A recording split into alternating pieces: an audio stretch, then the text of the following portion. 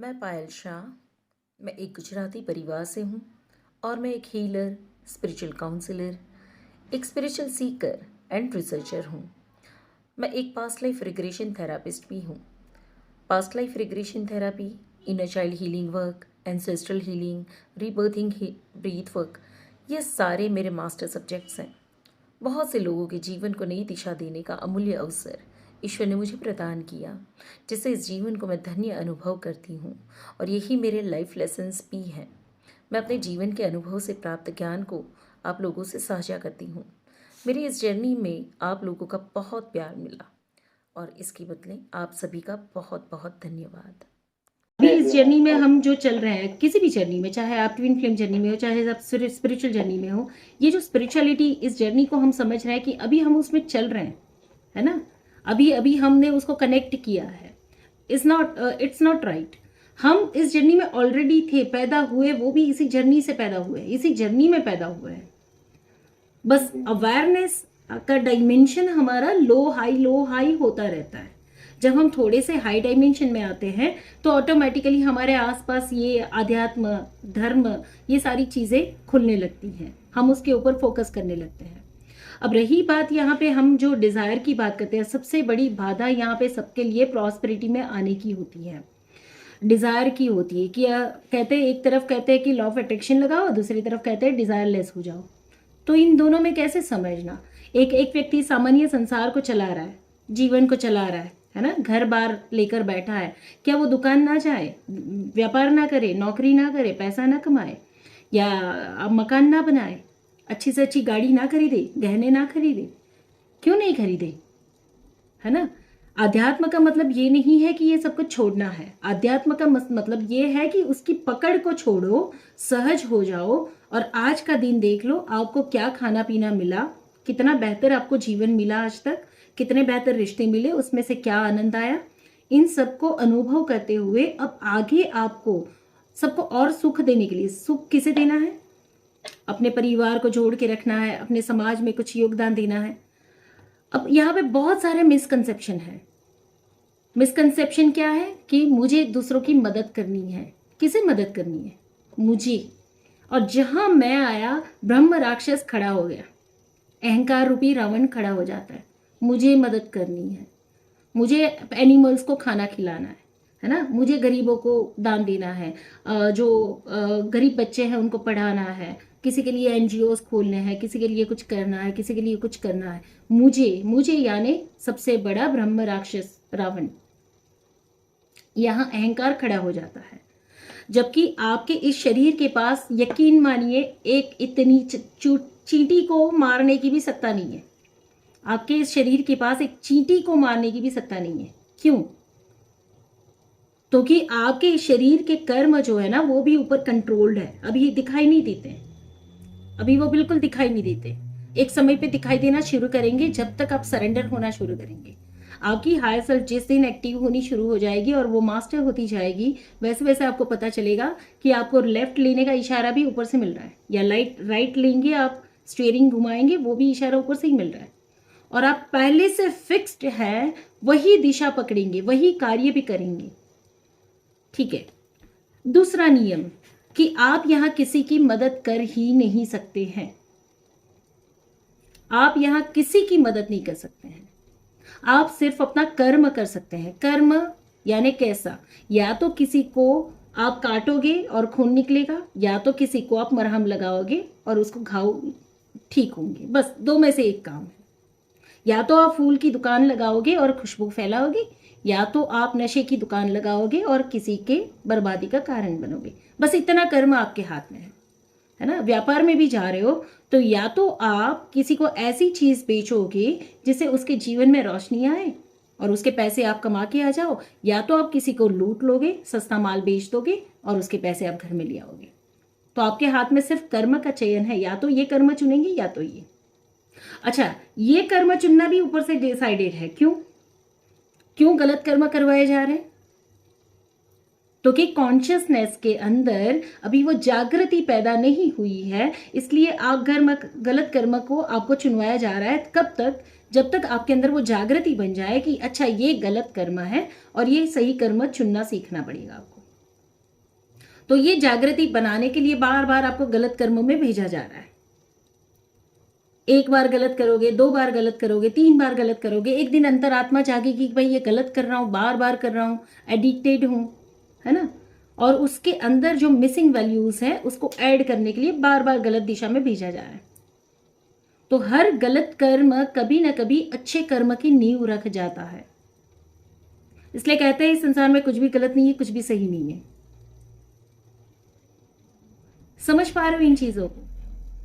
तो आपके इस शरीर के हाथ में सत्ता कितनी है कि आप क्या कर्म करेंगे। अब मैं मदद कर रहा हूं, मैं को हटा दो, मदद हो रही है। किसी को खाना खिला पा रहा हूं। अब आज आप खाना खिलाओगे, 10 दिन खाना खिलाओगे, 1 महीना खाना खिलाओगे, फिर क्या होगा?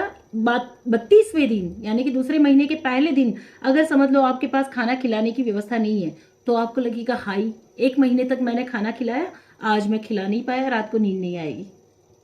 कौन करवाएगा ये? आपका वो ब्रह्म राक्षस। 30 दिन आपके पास था, खाना खिला दिया, 31वें दिन खिला दिया, 32वें दिन नहीं है तो बिना खिलाए पेट पे हाथ घुमाए सो गए, कोई बात, ईश्वर ने दिया होता तो मैं खिला देता, ना दिया तो ना खिलाया। जहां पे अकर्ता भाव में चले गए आप, समझ लो अच्छा और बुरा आपकी कोई उसमें नियति पड़ेगी ही नहीं।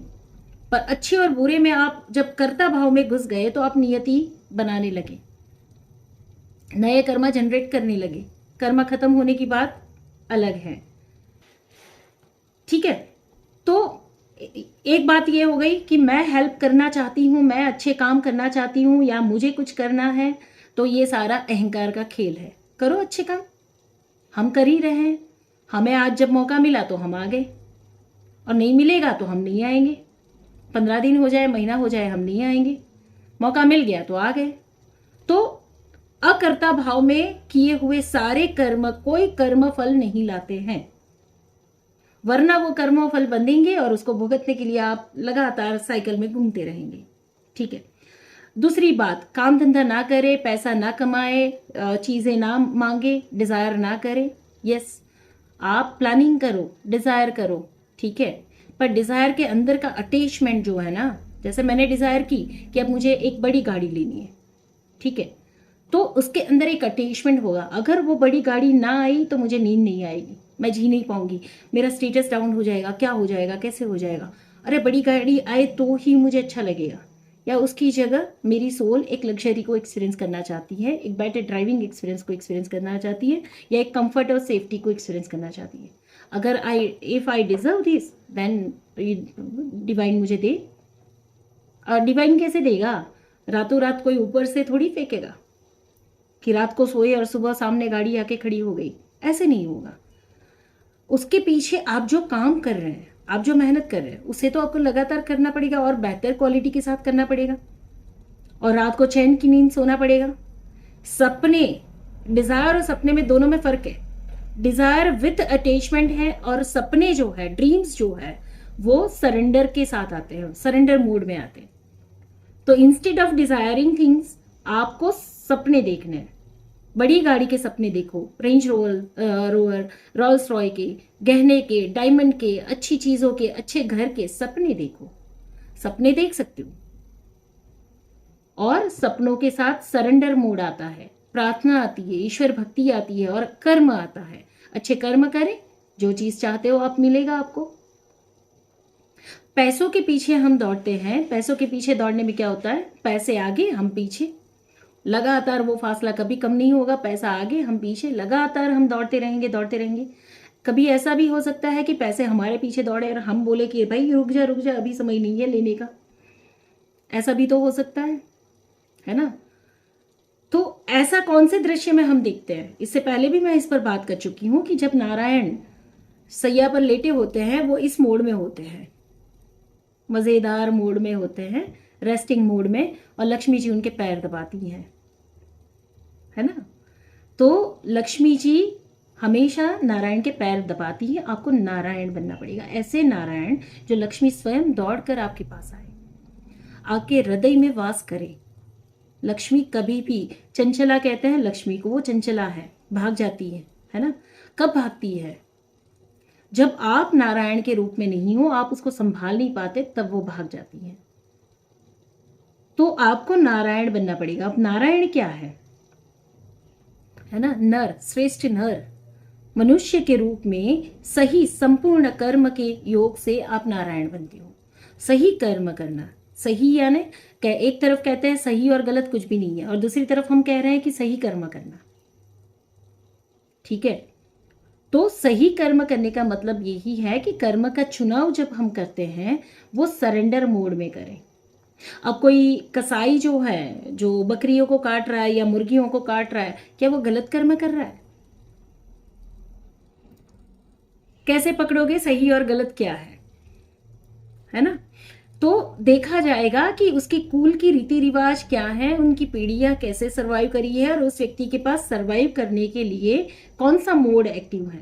क्या इस कर्म के अलावा उसके पास दूसरी कोई क्षमता है, या यही कर्म उसकी पीढ़ियों से होता है और यही करना है। अब वो कसाई कितनी मुर्गियां काटेगा, उसको पाप नहीं लगेगा। रीजन, क्योंकि सर्वाइवल मोड ही उसका वो है।